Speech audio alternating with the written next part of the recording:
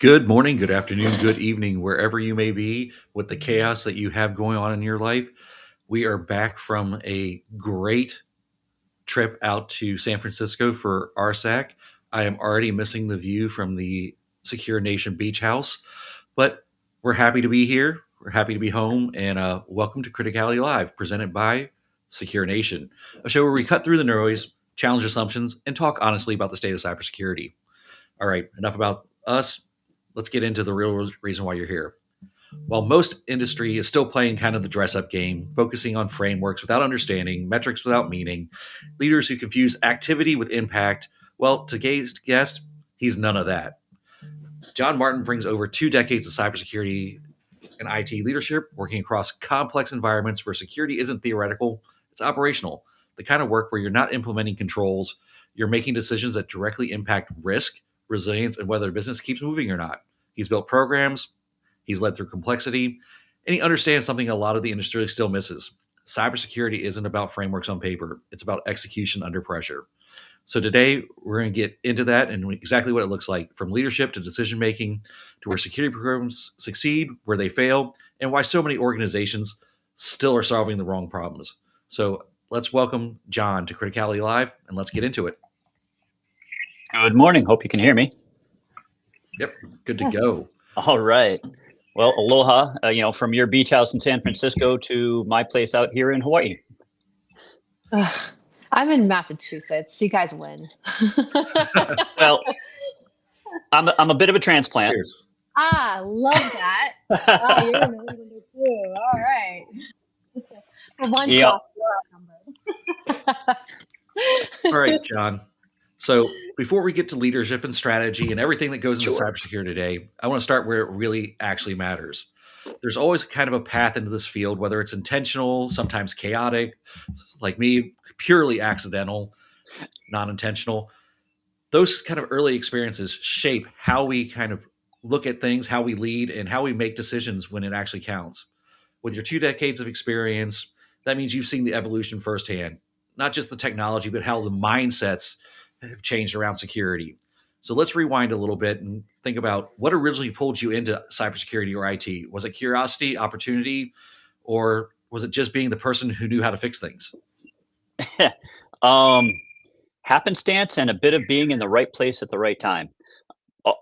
I've always been a geek. My first computer was a Texas Instruments TI 994 Alpha. If anybody remembers those, is like one step removed from war games. Yep. Us old guys in the room, right? Commodore TI, trash 80s. I went to college for a year, thought I was going to be a poli-sci major, had no idea what I was doing, dropped out, ended up joining the Navy. Originally, I was going to be a sonar tech, went to Groton, Connecticut, went to sub school, graduated top of my class, came down with pneumonia, and they said, "You are not going down on subs." Said, "You've got two choices. You can either become a nuclear technician." And I thought a little bit and said, if I ever have any future kids, I don't want them glowing in the dark. So what's your second option? And they said, well, we have this thing called a cryptologic technician. And I said, all right, tell me more. They said, yeah, you'll have a top secret clearance and you'll work on computers. I'm like, okay. And they said, oh, and by the way, you'll have like 2 years of schooling. The first year is in Pensacola, Florida. I'm like, okay. It was February in Groton, Connecticut. I'm like, yeah, no brainer. Let's go. And so my Navy career kind of gave me the background of technology, got to see some of the first fiber optics roll out, some of the first routers. I saw the evolution of the internet from dial-up bulletin boards to AOL, CompuServe, and Prodigy to, what it is today. And then at the end of those 6 years working in a building, where physical security was everything, there was not a lot of digital security back in the day other than what we used to call Tempest, which was that signals emanation protections, making sure that you weren't getting any sort of, feedback or readability from keyboards and things like that.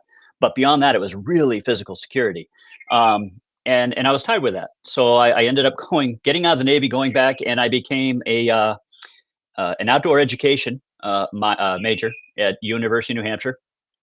And a few years later, my 5th grade teacher comes knocking on the door and said he had an opportunity in education. And I was like, okay. Well, it turns out working in municipal as an assistant recreation director in municipal recreation doesn't pay the bills really well.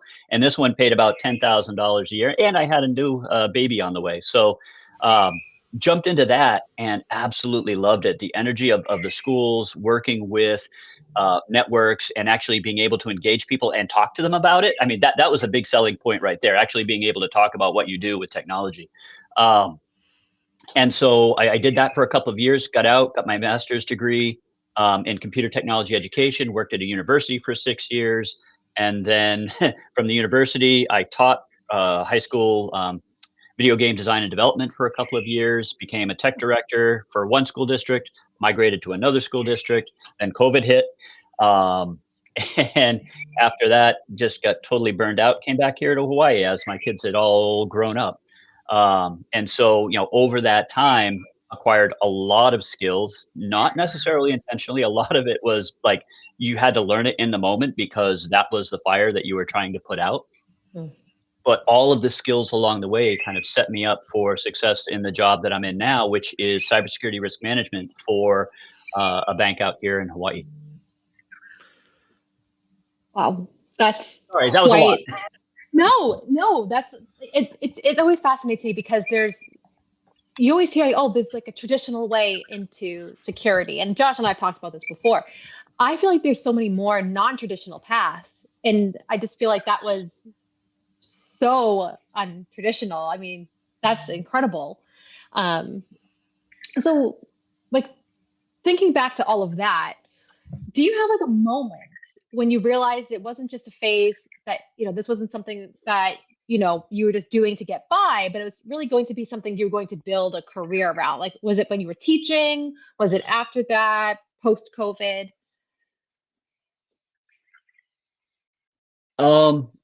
I think for me, it was actually when I was working at the university in New Hampshire, Plymouth State. I was running the help desk, I was running the residential networks, and over time, my talents were recognized, and like I kept getting asked to do more, and I thrived on that. I love a challenge. For me, it's not about the title. I don't really care.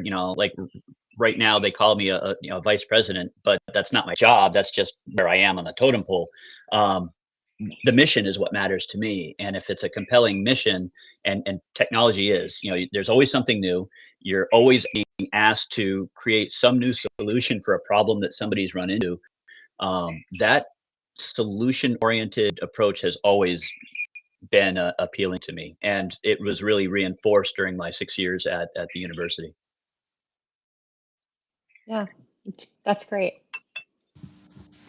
So tell me something that you believed about cybersecurity when you first started, but now you look back and go, God, I was so wrong.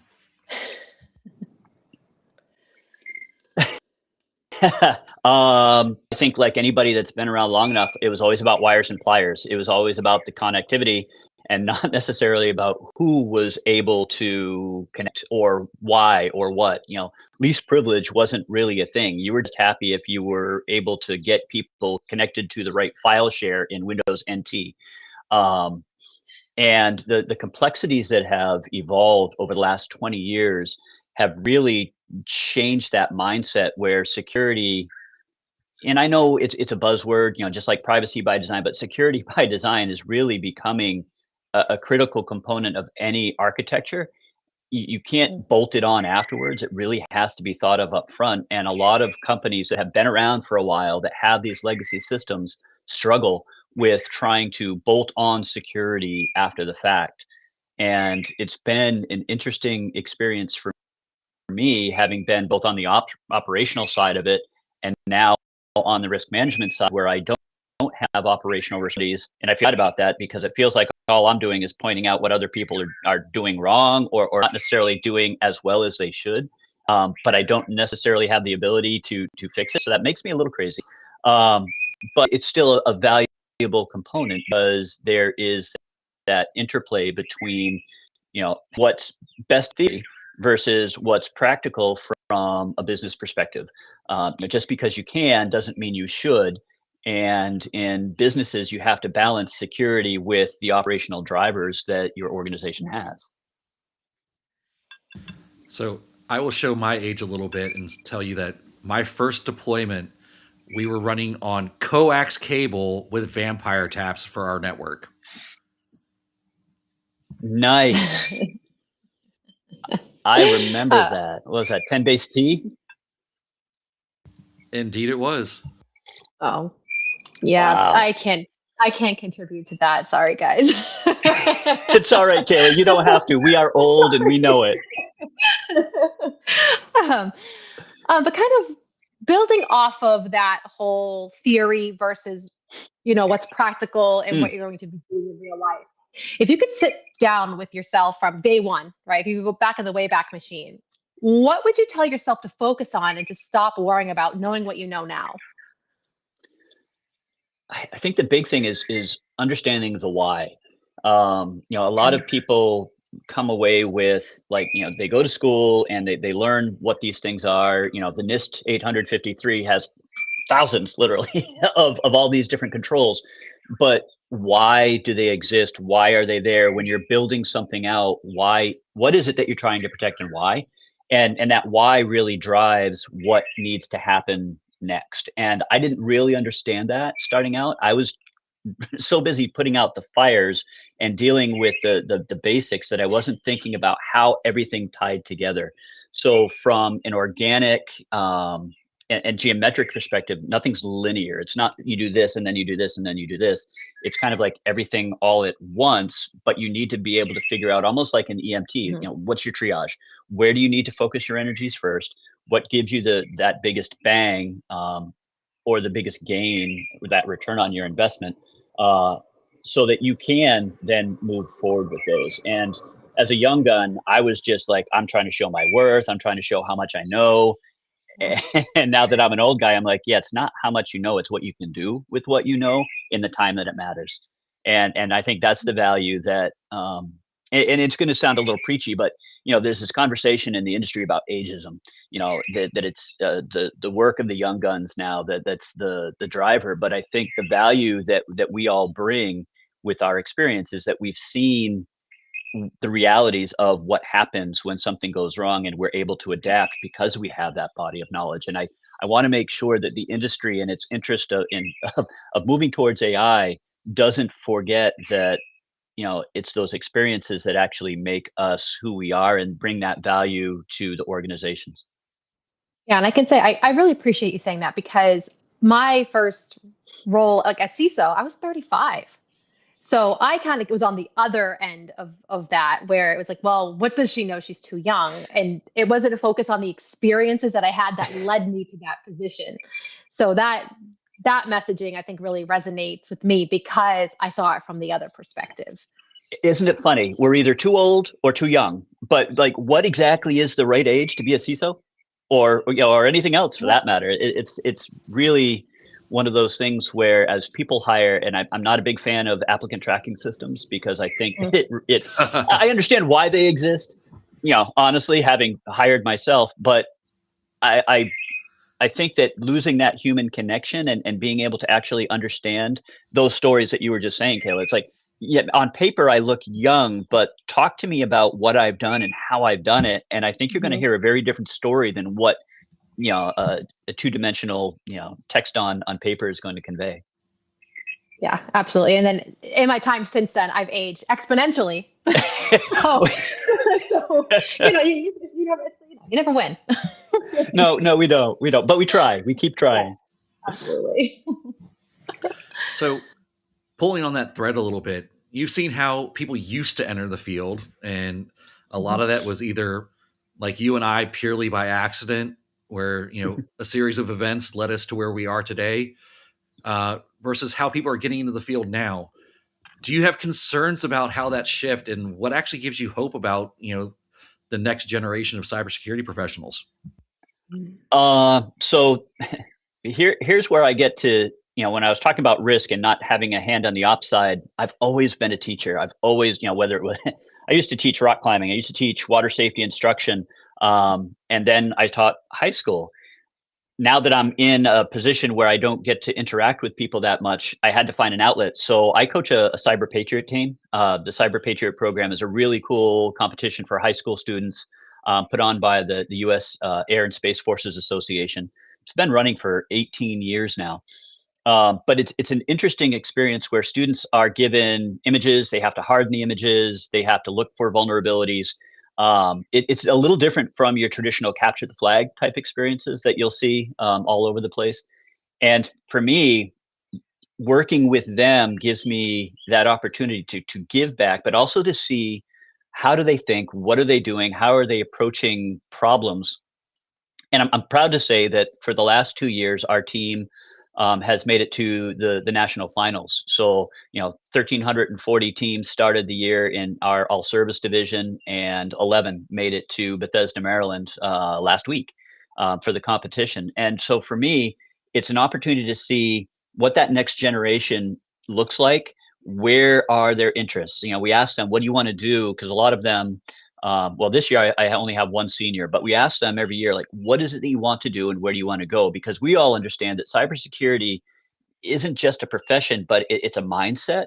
And I've always told them that it doesn't matter if you go into cybersecurity purely or if you go into another organization, having an awareness of cybersecurity principles is going to benefit you wherever you end up. And so seeing them, some of them are going the computer science route. Some of them are looking for other opportunities. None of them have really talked. A couple of them have talked directly about cybersecurity, and I worry a little bit about that because, as we've talked about, what makes a cybersecurity professional valuable is their experience. And if you jump right into it without having the background and the context, doesn't matter how many certifications you've earned. I take tests really well. I can earn a bunch of certificates by studying, doesn't necessarily mean I know how to transfer those skills to an organization. And so, as we're looking at that next generation of professionals, what I'm looking for are entry points that allow them to gain that experience without dropping them directly into the fire. And so we're trying to do that out here in Hawaii. There's a number of organizations that are working on internship programs for high schoolers to transition them, to give them those skills and to broaden their perspective.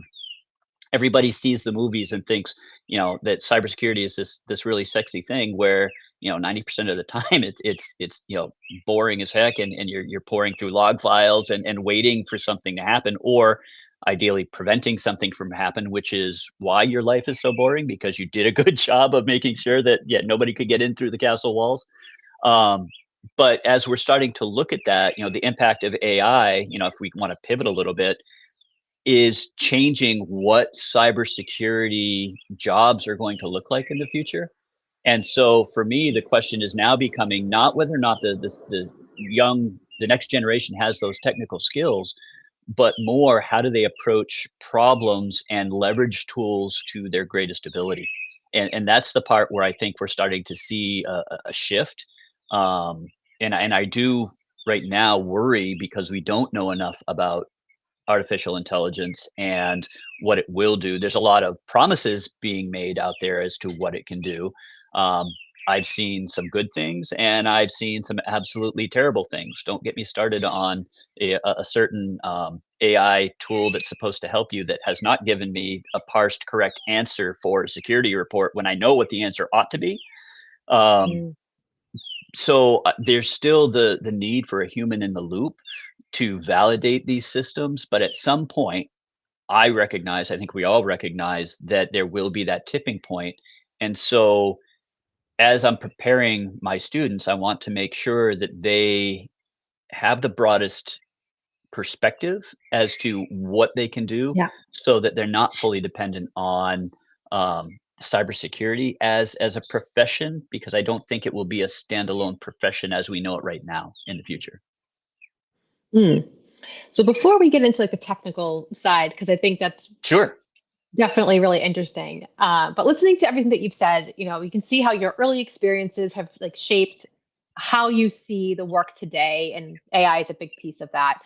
Um, you know, Speaking from a cybersecurity leadership perspective, we've just discussed it's not just deep technical expertise. There's a lot of experience and a lot of different scenarios you have to go to, like with people, pressure, trade-offs, decision making. These are skills that you need to have because there is no perfect answer for moving into cybersecurity leadership. So What was the moment, I guess, where you realized that leading in cybersecurity is a completely different skill set than doing cybersecurity? I think the first time that I had to convince my school board to invest in a system. So my jobs in education have all been on the public education side for the most part. And I don't think New Hampshire was unique. I think a lot of places deal with the same issue of you're on basically a fixed budget. And so you have to get really creative with how you spend that money. And trying to go to any board, whether it's public education or Fortune 500, you need to be able to justify what it is that you're spending that money on. And so the leadership for me was about communication and being able to explain to non-technical audiences the impact of the why of the request. I'm not just asking for this because it's sexy or it's going to do whatever. There's a necessity behind the request. Every industry has its regulations. For education, it was the Family Educational Rights and Privacy Act. And then in 2016, 2017, New Hampshire passed a student data privacy law, which kind of threw everything that we had been doing on its head, because originally we were trying to get teachers to use technology in their educational practice, and they were loath to do it. So we kind of threw off the restrictions in order to get them to use the technology. The problem was that there wasn't any control over that growth. Nobody was really thinking about supply chain risk. Nobody was thinking about where that student data was going. Nobody had an eye on the fact that students are a prime target for data theft, because if they're 10 years old, you've got about 8 years before they go to apply for a credit card where you can be using that identity, and their parents aren't going to know it, because who's looking at a 10-year-old's credit score? And so for that, it really became a communications strategy. And leadership is about, for me, it's about communicating up and down. Mhm. You need to be able to communicate to your team as to their why and their mission, but you also need to communicate up, and sideways, because we have all of these silos in all of our organizations, and despite our best efforts, oftentimes it's really hard to go from one silo to another in terms of communication and understanding. And Very so true. that is for me, that is the leadership role of any cybersecurity professional, is raising that awareness and creating that compelling understanding as to why, but in terms that make sense to that audience. So let's double click on that a little bit. What would you say is your leadership philosophy today? And how much of that was learned the hard way by doing it wrong, or having someone pull you aside and say, look, what you said was technically right, but Uh, every single school board meeting that I went into. I will admit that I had the benefit of actually having been a school board member before I took on my last CIO CISO job for a school district. And so I kind of knew how the game worked, but being on the board side still doesn't mean you know how to communicate to the board from the technical side. And so that was trial by fire, because boards change. It's not always the same people, and so you need to learn the new players. You need to understand, what drives them, what their understandings are, and what I will say is I ended up practicing on my poor teammates a lot before I went into those, to make sure that what I was saying made sense.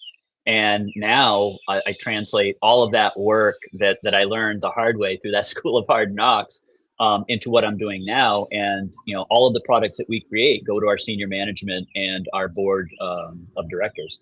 And so we need to make sure, because not all of them are technical, and worse, we're not always in the room. So they're reading a document that is trying to interpret our discoveries or our assessments of our risk picture, and we need to make sure that we're really clear about that. And so all of those hard lessons learned about how to communicate what's critical information versus what's noise, Um, that was learned slowly, um, but to the benefit of my last job and now this one. Yeah, I definitely think you bring up a good point. Is we have to ask, why does the person I'm talking to even care about the information? And when you figure out why they should care, then you can craft the right message around that. Yeah, yeah, absolutely. I mean, it's very different talking needs and business drivers in public education versus working for a $25 billion bank. And their interests are, we want to increase deposits, we want to increase our revenue. We're a publicly held company, so we need to make sure that we're attending to our shareholders. And you're telling us that we need to look at these threats, like, are these real threats? Are these perceived threats? What's the time to impact? You're looking at inherent risk, residual risk, all those things that we did in our CISSP books, that I never thought that I was going to touch until this job, where it finally is all coming together, and I'm able to talk the language that the board needs. Not to say that everything is rosy, because I think there's always an opportunity to improve. And if you're not improving, then you're falling behind. And so every opportunity that we have is a lesson that we can apply to the future. Yeah, I think that's really critical to hone in on that. There's a lot of pivoting when you start talking about security programs. So when you're building or leading a security program, where do you start? What's the first thing that you look at? How are you kind of gauging that? Well, it's interesting. In this job, when I first came here, we were building up our risk assessment program. The bank really hadn't had a CISO. The CISO that was hired came on about 2 months before I did, back in 2021. And so we were trying to figure out how to create a security controls review structure that made sense. And so, you know, we're diving down into it, and we're evaluating all of the things that we have. What are the knowns? What do we know that we have? Before you can start talking about gaps, you need to establish your baseline. And so I think that's where I would start with any system. What do we have in place? You know, whether that is technical tools, whether that's human resources, um, what are your capabilities? What are the expectations of you? And then what is it that you're trying to protect? Are there different types of data? For us, my job is primarily to focus on, we were talking about FERPA earlier for education. For finance, it's the Gramm-Leach-Bliley Act and GLBA and consumer data protections. And so our job is to ensure that the data is accurately protected. So for our particular program, I could be looking at, when you look at the CIA triad, the whole thing. But in this case, our mandate was to focus primarily on the confidentiality protections around our data, which means that the security control scoping is narrower. Now, there wasn't a tech risk side. We're enterprise information security. There wasn't a tech risk side at the time. So we had to address some of that until such time as that program was stood up. And so, when you were asking about, like, where do you start? I think you have to know what you have. And if you don't know what you have, you make a lot of assumptions about what you can do without understanding what you're able to do. Yeah, absolutely. I couldn't agree with you more on that. Especially, I come from the risk side as well, so I I think that's really interesting that people don't start that way because it just feels so natural to me. But I don't know. So you touched on it a little bit. So as cybersecurity leaders, we're constantly balancing business needs versus the security reality of our organization. How do you personally navigate the tension between those two pieces? Um, I- it's interesting because you go back to the theory, and everybody's like, in a perfect world, everything's locked down, and the reality is that's never the case. Particularly for us, we're one of the oldest banks in the island. We had a very decentralized model that has shifted since to trying to get more centralization as things get more complex. Um,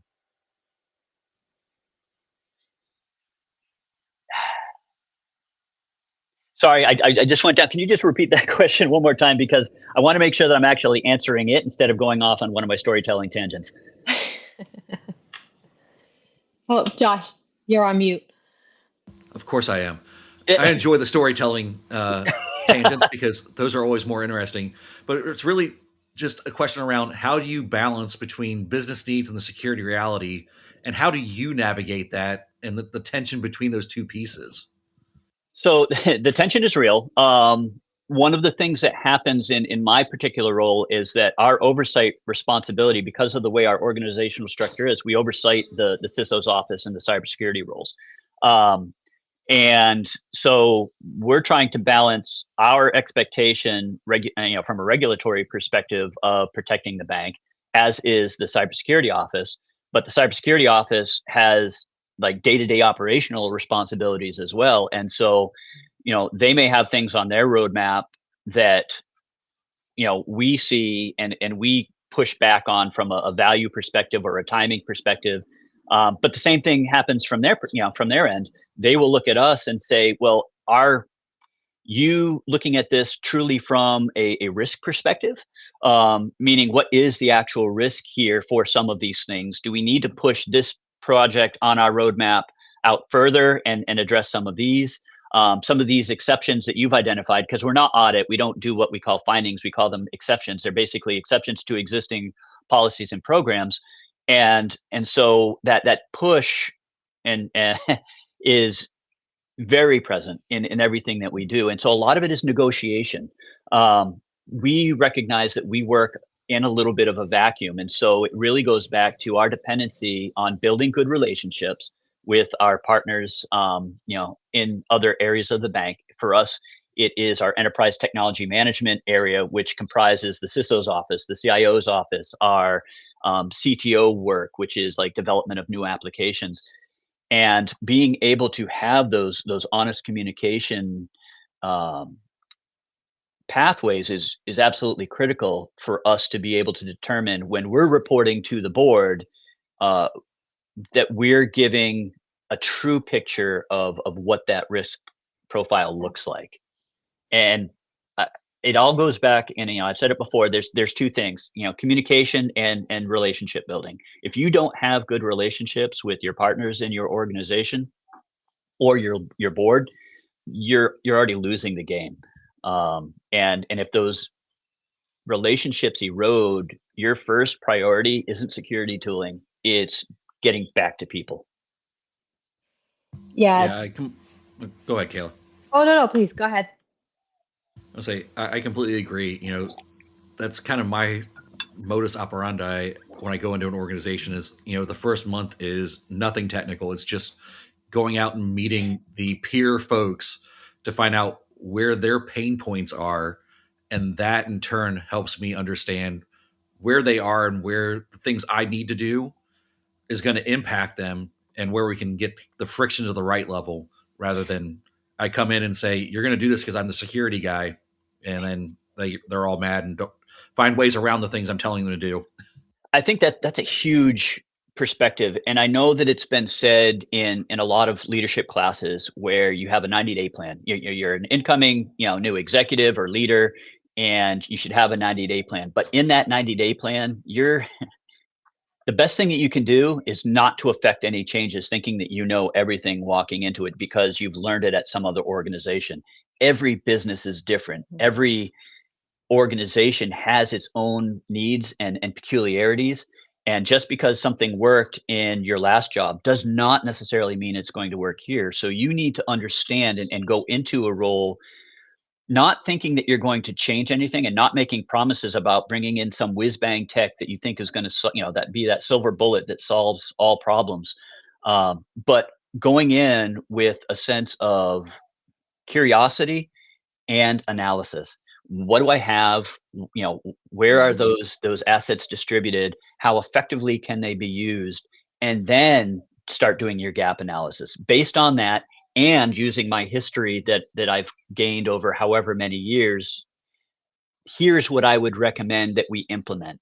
Which isn't to say that you don't go in without having any ideas at all, but just don't go in thinking that these 3 programs, whether it's a GRC tool or some SIM tool, is going to solve an organization's problem, because you don't necessarily understand the context yet. And there's a lot of danger in making promises that you can't keep.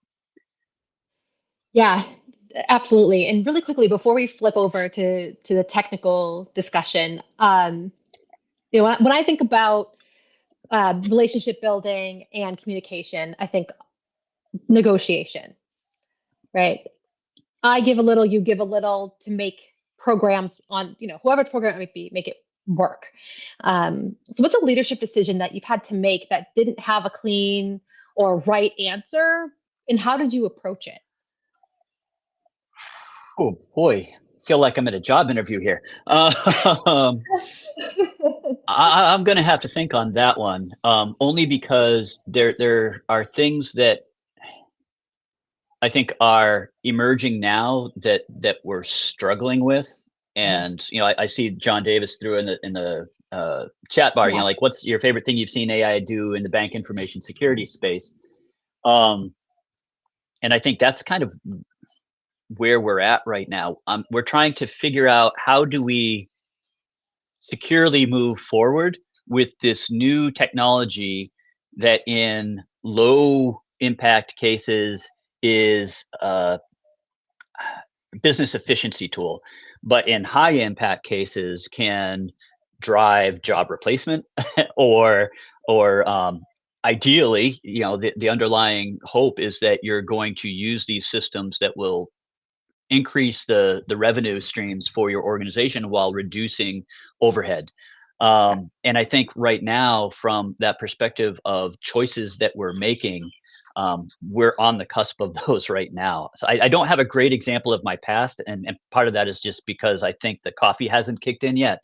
But looking forward, I think the one that we're going to run into is, how do you balance the security around artificial intelligence, whether you're looking at it from a generative or an agentic perspective, against the need to have a secure environment, but also propel your organization forward. Never mind the fact that that at some point that decision that you make is going to cost jobs. We've already seen it across the industry. You look at Meta; they got rid of whatever percentage of their programming force and dumped it into that AI engine. That's a very visible example of what's going on in the struggle in the industry right now. And I think that is going to be what we're going to keep identifying in the future. How do we balance security versus progress? And we're struggling with that daily. Yeah. The one thing that we do know that the AI is going to do from a cybersecurity perspective is it's going to increase the speed and volume of attacks. And the reality for us is that the only way that you can fight fire is with fire. It's like, putting out those oil fires, in the oil fields.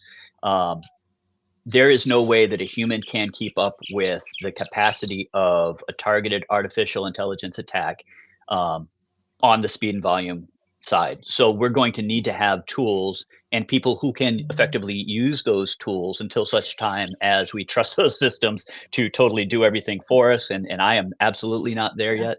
But I think that's where we find ourselves right now. We're at a tipping point, and I think everybody in this profession recognizes it.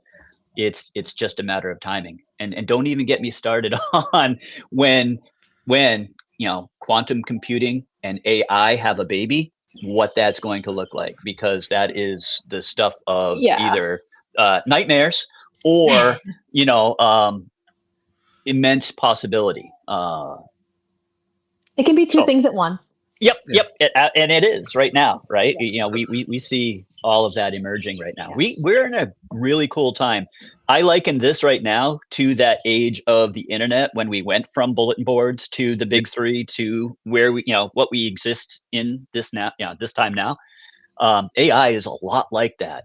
There's a lot of potential, and like any tool, it can be used for good or for really, really terrible things. And I think it's us who are going to help drive and shape that moving forward. and the generation that we're developing right now as the future leaders of all of this that they're going to inherit. So yeah, I'm with you 100%. I think we're kind of in the point of Schrodinger's quantum AI, where we know it's there. We just don't know how it's going to present itself, whether it's going to be Skynet or, we're going Yep. to end up with Or like the Star Wally Trek. situation. Or we're Yeah. going to Oh end up yeah. with Yeah. Star Trek. Please not Wally. Like, yeah, I look at that and it's funny. My wife had actually made that comment the other day. She teaches, science, and she's looking at some of these things and some of the choices that are being made. And I'm like, oh yeah, I can see that. But I try to be an optimist, and I try to think of it more from that Star Trek, universal translator and, data perspective. Like, yeah, can we use this to move humanity forward? Jury's still out. Yeah. Stay tuned. So let's dive in a little bit more into the technical side, because at the end Sure. of the day, either cybersecurity works or it doesn't. Mhm. And that comes a lot down to execution, what controls you choose, what risk you accept, and what gaps you don't see until a bad actor has exploited them and you go, oh crap. So let's get into, the real deal, not the theory. When you walk into an environment for the first time, what is signals that you have that you look forward to quickly assess whether security is actually effective or you just passed a paper audit? Oh man. Well, there's a couple of things, and it's more from, it goes back to that, what do we have? You can look at your security stack and say, hey, we've got all of these tools. But looking at the security stack itself isn't going to tell you how that stack is configured and what it's able to do. We all know that, you can buy a system by name, but then you have to license all of these other things to get the system as a whole. And so I think you need to do an inventory of what you have. But one of the biggest things that I will say any organization needs to focus on first is, what is your attack surface area? Do you have an IT asset management program that shows you where everything is? And that would be inclusive of not just your hardware, because that's easy stuff. It's, what is your software? What have you developed that is internet facing? When you think of that bubble, and all of those input points, you have to think not only about what you have protecting you, but what you have to protect, and how that's broken out. And so for me, one of the very first things that I look at is what do I have? And then breaking that down into what needs to be protected in what order. And you know, there are organizations that do it really well. And then there are organizations for whom, asset inventory was always more of a mechanical thing. Like, hey, we just know we need to replace our network equipment, our servers, our hypervisors on whatever periodic basis, if you're lucky enough to have a replacement budget. Um, and so, those are the kinds of things where I start, because once I know what I have to protect and what I have to protect it with, then I can start diving into, well, how's it configured, and where are those pieces where we can gain efficiency. I will, I know that your tagline is the unpopular opinion guy. I will tell you that I am not a huge fan of maturity programs, because I don't think maturity programs do enough to talk about what is actually occurring. It's like, yes, you've got automation. Yay, you. What are you automating? Like, have you done an analysis of exactly what goes into that maturity assessment? Because if you're automating the wrong things, great, you've got a great maturity score, but are you still at risk? And I've not used all of them, but I've used enough that, for me, I like to dive more into how controls actually work versus what their maturity is, because there are things where you'll gain value with maturity, and we will see this with automation, when it comes to AI and automated responses to AI enhanced incursions. We need to get there, but there are other areas where I won't say does it really matter, because it does, but it all matters in the context of your organization. So for me, the security controls program that we have is based on the 800-53. and then we kind of cherry pick it to say these are the areas, and then we'll create buckets of controls that we will look at, where those 853 standards pump in. And I think that's kind of where we find ourselves right now, is trying to balance that growth, um, against what those realities are when you come into an organization and you're saying, all right, not only what do I have to protect, what do I have to protect it with, but then how are those controls actually working? Are they working as designed? And that's where our role as second line comes in. Third line, really, our audit team, their job is to primarily look at programs, and do you meet the technicalities of what you do? Our role is to get down in, and we evaluate the evidence. So if you're making an assertion but you can't back that assertion up with evidence, then we can't validate that control is working as designed. And that's what we go back to, is what is it that we say that we're doing to protect these things? What do our procedures look like? And what is the output evidence that validates that assumption? And that's what gives us the assurance that all of these controls are working as we expect, which I think was a roundabout way of getting to your question, Josh. Yeah, I love the depth of the discussion. Yeah, I think it's really important that people understand risk as a whole, because when we start talking about controls and capabilities, it is about how they're designed, because that's going to impact that operationalization. So speaking of like controls and failures, like when it comes to like being a second line and identifying those failures and communicating them back, is there anything that you saw as a technical failure or maybe a near miss that taught you something that you have learned from and you still would apply today? That's a really good question. Sometimes, and the reason I say that is because we look at so many things. Like, we do our reports quarter by quarter, and so we will dive into a subset of controls, go really deep, identify the exceptions that we think need to be addressed, first and foremost. I wish I had a really quick answer for you, but I think that's another one of those questions that's going to take a little bit of thought.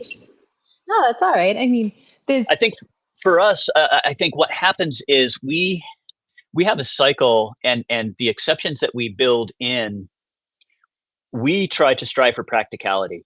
And so, but unfortunately, sometimes that practicality gets in the way of real life. So as one example, we identified an issue going back to our asset management idea. We identified some issues, but they weren't easy fixes. It was going to require a significant investment in a discovery tool, but not just a discovery tool, because discovery by itself isn't helpful unless you can correlate that discovery to what your output expectations are. For example, you have all of your systems and you have your security tooling agents. Do all of those systems have those agents? Are all of those agents working as expected? What's the percentage that are reporting in? What are the percentage where there is no tooling? And all of those pieces. And so I think sometimes the expectation of programs is that you're going to fix all of these things immediately, and sometimes you can't. It requires a project. It requires that communication to get buy-in, to invest a significant amount of money to create a project that addresses that. And I think sometimes it's a matter of shaping expectations about what the implementation of a fix for one of those issues is actually going to look like. And then if it runs too long, the picture changes over time. So what you might have originally identified at the beginning of this project, if it's a complex project that runs years, for example, today is the exception that you identified, maybe 3 years ago, the same, or has it evolved? Now do you have to bifurcate it where you're like, oh, you walk into an organization that never had an asset management program, and I'm not, this is totally hypothetical because, we've got a very nice one, but I've been in places where they didn't know what they had. And so, like, where do you start, and how do you get that information is probably one of those things where you need to identify that. But just because I identified it then, now all of a sudden I have to say, okay, not only do I have to worry about my hardware inventory, but I have to worry about the software that lives on it. I might have to worry about all of the APIs that are leveraging me to my supply chain that are also risk dependencies, because if I don't know how my data is being transmitted and I'm not ensuring that those points are secure and I don't have a good key management rotation process, like all of those pieces, I wasn't thinking about that when I originally Right. identified this exception 3 years ago. And so the ability to be able to have not only your own mindset be flexible, but to raise that awareness in your organization that things are organic and things are going to change. And just because it was originally identified and maybe we addressed or didn't address that, it doesn't mean that we're not going to have problems down the road as a Yeah. result of everything else in the world that's changing. Oh yeah, absolutely. You have to be able to, like I said before, pivot, right? You have to Yeah. build a Oh, team that's absolutely. like a program that's flexible, that can pivot to the new shiny object that might be a threat, or be like, to your point, something that was an issue 3 years ago. Maybe you've put other compensating controls in place, and now you have to pivot somewhere else. So that's always something that I think is really interesting from a programmatic Yeah. perspective.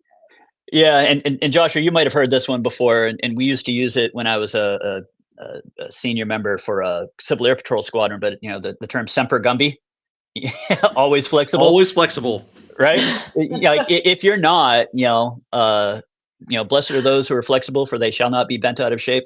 That is the life of a cybersecurity professional. I To love be honest,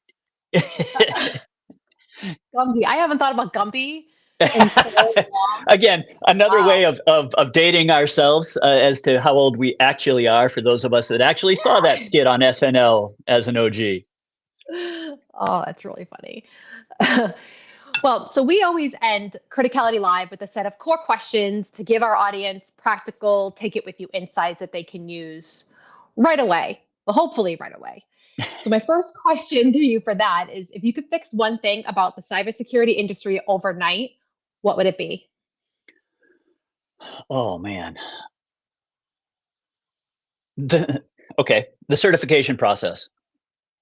I would love for the certification process to be far more practical than it really is.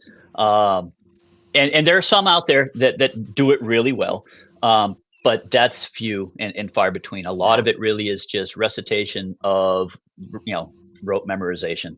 And so I think for me, what I would love is a system that validates the skills that people actually possess versus what they're able to claim that they profess. It goes back to that attestation versus evidence. I want the evidence that the skills exist. Hmm. Yeah. So, my question for you is, what is one practice? It can be technical, it can be cultural, you could do one of each, that you wish that organizations would stop doing immediately. Silos. I absolutely hate silos. We all act as if the work that we do isn't touched or doesn't touch others. I think that the worst thing an organization can do is to perpetuate the creation of these silos and not encourage interplay between departments, regardless of how seemingly different they are. Because at the end of the day, we all serve that common purpose. And we never know if there are things if there are needs in the organization that aren't being addressed, or if there are solutions that are already out there that we just didn't realize because we weren't asking the right people. Yeah, it's one of the things I like to do is go when I'm talking to the business folks. I'm like, okay, if I'm talking to HR, if the HR system went offline, what does that do to the rest of the organization? What Yep. can't get done? You know, as the cybersecurity guy, if the SIM goes offline, that doesn't really affect the larger organization. It affects me. It affects Yep. our ability to protect ourselves, but that doesn't really protect anything as it relates to whatever my business's goal is. You're a bank. It's not going to stop people from doing transactions. Right. However, if I turn off the IT systems, that absolutely affects a lot of things. If you turn off the financial accounting system, that that has a lot of second and third order effects. And to your point, understanding where all the pieces kind of become congruent matters. Yeah, and I think that people sometimes luxuriate in the fact that they're masters of their own domain, but I think sometimes that can be dangerous because this world that we live in isn't it's never been black and white, and it's getting less black and white by the day, but everything that everybody else is doing has a touch point somewhere else. And we need to not only recognize that, but be able to identify and capitalize on that. And I think a lot of organizations are still struggling with that because of those historic perspectives that they've had about how an organization is architected from a business department standpoint. Yeah, definitely agree with you there. And the upstream and downstreams, I don't think, from my perspective, were ever really truly understood until we did data flows for privacy purposes. That's when everyone went, oh, whoops. so so I can relate to some of that those pains there. Yeah, and there's another one that I left off that IT asset, management perspective is data. It's like, okay, how many different places does this data live? How many different places do you have to protect? And are those data points actually talking to one another so that you're not actually running the risk of overwriting good data with bad data or aged data? Yeah, sorry. You just No. made me think that asset management is so broad and so all encompassing. And again, Yeah. that's the part where having business units that understand that language, maybe they don't understand it now, but if you start to introduce those ideas and they become data aware, now that helps the security organization that's trying to protect the data, but it's also creating people who are more security conscious about what they own and their responsibilities for it, and saying, oh, I'm not just trying to push a loan. I need to make sure that I am protecting the interests of my customers because these are the data points that could be compromised and used for impersonation or fraud. Yeah, absolutely. And then lastly here, I wanted to ask you, for our listeners who want to follow your work or reach out, what's the best way to connect with you? Honestly, right now, LinkedIn. And J.E. Martin, so linkedin.com/in/JEMARTIN. It's pretty much where I live right now from a professional standpoint. And I'm always looking to expand, at once an educator, always an educator, but I'm always trying to expand my professional learning network. I love hearing other ideas. I mean, I always agree with them, which is why I love watching, what, Joshua's always posting, because I'm like, oh, I don't agree with that at all, and here's why. And then otherwise, I'm like, oh, he made me think. Darn Yeah. him. I Yeah. was living very comfortably in my bubble until he popped it. So LinkedIn is the best place to find me, and I love having conversations with folks. All right, before we let you go, any final thoughts you want to leave our audience on cybersecurity leadership or what's next in 2026 and beyond?